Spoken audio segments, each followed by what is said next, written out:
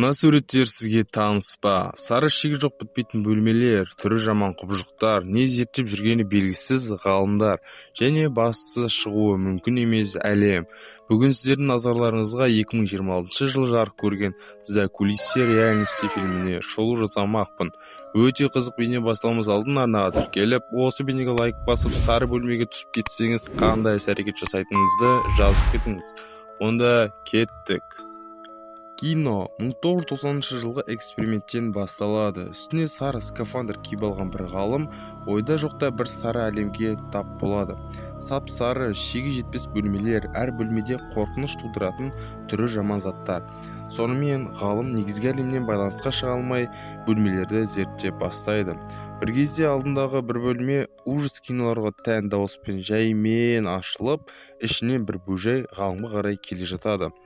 Ғалым бұтына жіберіп қаша жөнеледі. Кино заңдылығына сәйкес керек есігі ашылмай, кері жүгіріп келе жатқанда алдынан күтіп алып, дәлше бір зорланған дауыс шығады.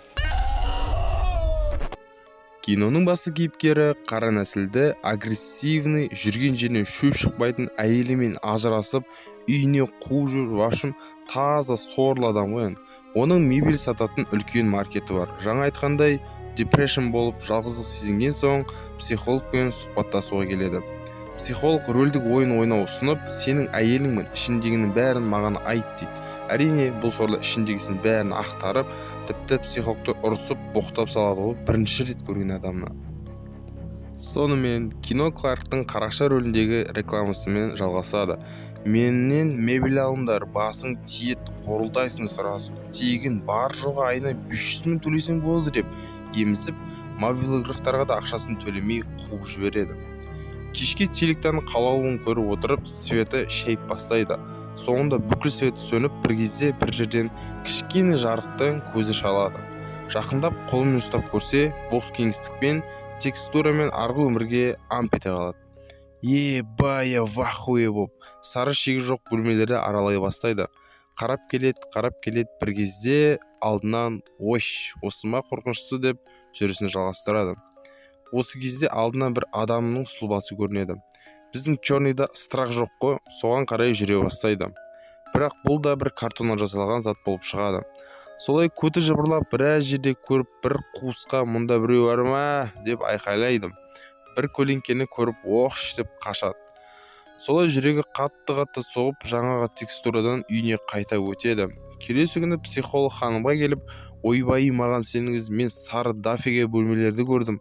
Өте үлкен 100-деген адам бар шығар ішінде деп, бірақ психолог оған сен далбойсың ба деп біздің черный дәлелдеймін деп шығып кетеді. Сосын өзі лақтырып кеткен мобилографтарына барып, сендерде камера бар, бір нәрсе зерттеу керек деп, ақшаның астында қалдырам деп тағы емізіп жібереді. Мобилографтар келісіп заттарды жинауға кіріседі. Әрине, мобилографтар басында сенбей, бірақ шынымен текстурадан өткен вахуе режимін қосып, оларда кіреді. Сонымен камерашы жігіт арқанды ішіне орап алып, зерттеу үшін бір шұңқырға түседі. Іші толған киім сасыған бөлмеде бір жарықты көріп, ол жарық адам емес, түрі жаман страшный бөжей екенін көріп, қашып құтылдым деп тұрғанда, ана бөжей жіпті тартып, жігітті ужинға жейм деп алып кетеді. Қыз болса артынан қуалай кетеді.